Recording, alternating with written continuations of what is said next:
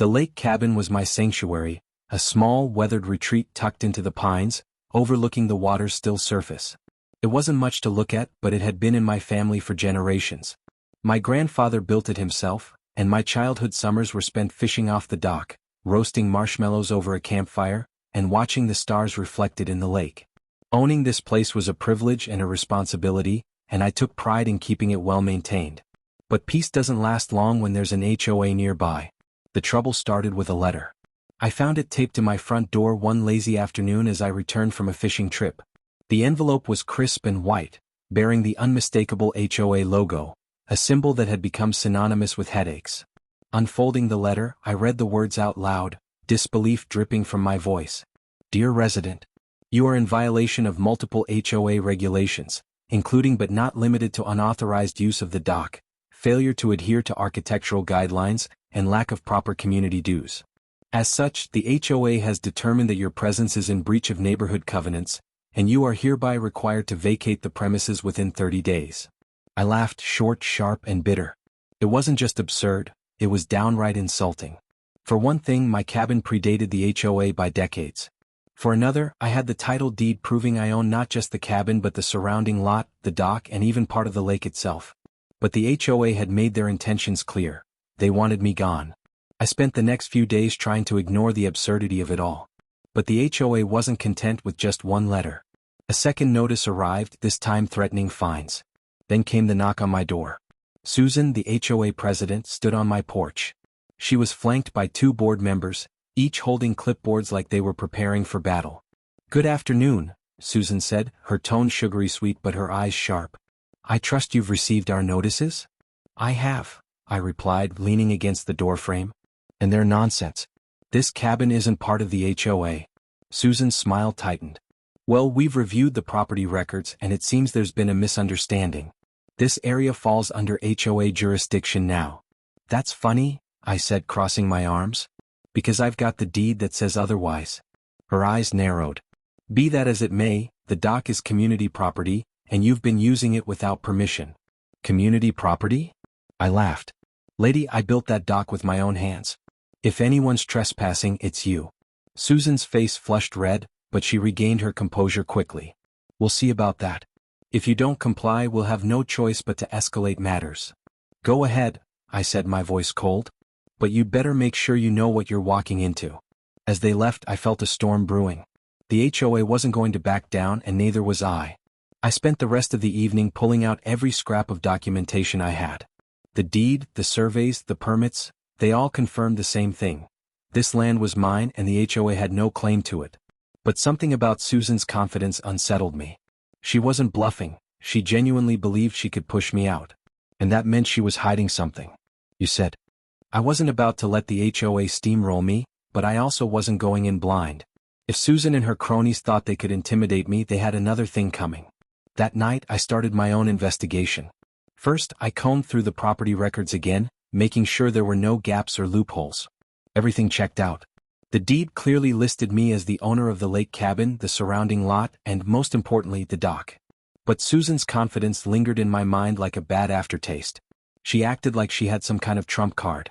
The next morning, I paid a visit to the county records office. Linda, the clerk, greeted me with a warm smile. Back again? She asked. Yep, I said. I need to see any recent filings related to the HOA or the properties around the lake. She raised an eyebrow but didn't ask questions.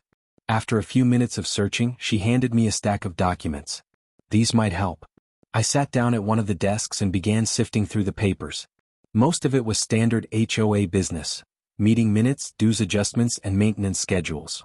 But then I found it, a map marked with revised boundaries. The map showed the HOA's jurisdiction extending over the lake, including my property and dock. The date on the filing was recent, just a few weeks before their first notice. Linda, I called out, this map, who approved it? She came over and glanced at the document. Looks like the HOA submitted it, but, there's no official stamp. It wasn't approved. That was the crack in their plan I needed. The HOA had overstepped, filing bogus boundaries to claim land that wasn't theirs. I took copies of the map and headed back to the cabin. The more I thought about it, the angrier I became. The HOA wasn't just harassing me, they were trying to steal what was rightfully mine. Later that day, I noticed something odd. A group of people gathered at the dock. I grabbed my binoculars and peered out. Susan was there, along with a few other HOA board members. They were gesturing animatedly, pointing at the dock and the cabin. One of them carried a clipboard, jotting down notes. That's when I noticed the surveyor's equipment. I marched down to the dock, my boots crunching against the gravel path. Susan turned, her smile as fake as ever. "Good afternoon," she said as if we were old friends. "What's going on here?" I demanded. "Oh, just conducting a routine assessment," she replied smoothly. "We're documenting community resources." "This dock isn't a community resource," I shot back. "It's mine. And you're trespassing." Susan's smile didn't falter. "Well, that's yet to be determined. We're simply gathering information for the HOA. I pulled out my phone and snapped a picture of the group. "Consider this my documentation, for when I report you to the authorities." Her facade cracked for a split second, but she quickly recovered. "You're welcome to escalate this if you'd like. But I assure you we're within our rights." I didn't bother arguing further. Susan was bluffing and now I had proof. Back at the cabin, I filed a police report for trespassing and sent copies of the bogus map to my lawyer, Rebecca. She called me the next morning, her tone sharp and confident. "This is a slam dunk," she said. "They've got nothing. We'll file an injunction and put an end to this nonsense." As I hung up, a sense of calm washed over me. The HOA had underestimated me, but they were about to learn a hard lesson. They picked the wrong lake cabin to mess with, you said. With Rebecca handling the legal side, I decided it was time to confront the HOA on their turf. I'd played defense long enough. Now it was time to go on the offensive. The following week, the HOA held their monthly meeting at the community clubhouse. These gatherings were usually an opportunity for Susan to preen and for the board members to pat themselves on the back. I figured it was the perfect time to crash the party. I walked in just as Susan was wrapping up her opening speech, clipboard in hand and a smug grin plastered on her face. The room was packed with homeowners, some nodding along, others looking bored out of their minds. And now, onto the issue of unauthorized structures and community resources, Susan announced, glancing in my direction. "As many of you know, certain properties around the lake have been non-compliant with HOA guidelines." She was setting the stage, but I wasn't about to let her steal the show. "Excuse me," I said, stepping forward. "I believe you're talking about my property." Murmurs rippled through the crowd as all eyes turned to me. Susan's smile tightened. "We appreciate your attendance," she said, her tone dripping with condescension. "However, this is an HOA matter."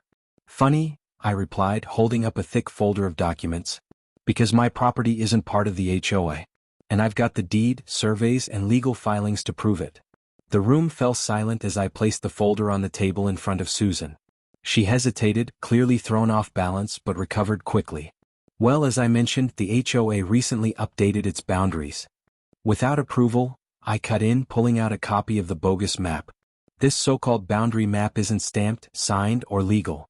It's nothing more than a piece of paper." Susan's face flushed, but she pressed on. "The HOA's jurisdiction doesn't include my land," I interrupted. "And according to this police report, you and your board members trespassed on my property during your so-called assessment." Gasps echoed through the room. A man in the back stood up, looking concerned. "Is this true, Susan?" he asked. Susan opened her mouth, but no words came out. "While we're on the subject," I continued, "let's talk about the fines and notices you've been sending me. You're demanding community dues for land that's not even part of your HOA. That's harassment, plain and simple." Another homeowner chimed in. "If he's right, Susan, this could be a serious problem for all of us. What else has the HOA overstepped on?" The meeting devolved into chaos as homeowners started questioning Susan's actions. She tried to regain control, but it was too late. I stayed just long enough to see her squirm before heading back to the cabin. I wasn't done with the HOA yet, but the tides were turning. The next move would be mine. "You said." The week after the HOA meeting, the tension in the air was palpable. Susan had gone uncharacteristically quiet, but I knew better than to assume she was giving up. Rebecca assured me that our legal filing would hold, and the injunction was in place, but I wanted to make sure the final blow was decisive. That weekend, I organized a little gathering at my lake cabin. I invited a few neighbors who'd been vocal about their frustrations with the HOA, along with a reporter from the local newspaper who had a knack for covering community disputes. As the sun set and the group settled into chairs around the fire pit, I decided it was time to reveal what I'd discovered. "Thanks for coming, everyone," I began, holding up the now infamous HOA map. This is the map the HOA tried to use to claim my property and dock as part of their jurisdiction. The neighbors murmured, leaning in to get a better look. This map was never approved, never filed legally, and never enforceable, I continued. It's nothing more than a bluff, meant to scare me into compliance. The reporter raised an eyebrow. And you have proof of that? Absolutely, I replied, handing over the deed and surveys.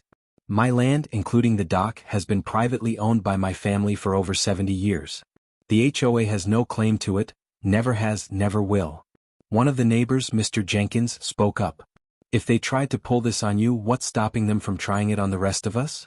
That's the real problem, I said, locking eyes with the group. They've overstepped their boundaries, literally and figuratively. But the good news is they've finally been caught. The next morning, the story broke in the local paper. The headline read, HOA President's Overreach Sparks Legal Battle Over Lake Property. The article detailed Susan's harassment, the bogus map, and the ongoing lawsuit. It didn't take long for the rest of the community to turn against her. Within days, the HOA board held an emergency meeting. Under pressure from angry homeowners, Susan was forced to step down as president. But the real victory came when the court ruling landed. The judge declared the map invalid, ordered the HOA to cease all claims on my property, and issued a hefty fine for trespassing and harassment. The money wasn't just handed over to me, a portion of it went to a fund to support community projects. An ironic twist, considering the HOA's original excuse for their actions. With Susan out and the HOA's influence weakened, the neighborhood began to breathe easier. I decided to put the dock to good use, hosting community events and fishing contests. It became a gathering spot, a place for laughter and connection. The cabin wasn't just my sanctuary anymore, it was a symbol of standing firm against injustice. As for Susan, she sold her house and moved away, her reign of petty terror officially over. One quiet evening, as I sat on the dock watching the sunset, a neighbor walked over with a plate of cookies. You know, she said, this place has never felt more like a community, and we've got you to thank for that. I smiled, taking a cookie. All I did was remind people where the real boundaries are. And as the water lapped gently against the dock, I knew the lake cabin was finally at peace, just as it should be. Ask ChatGPT.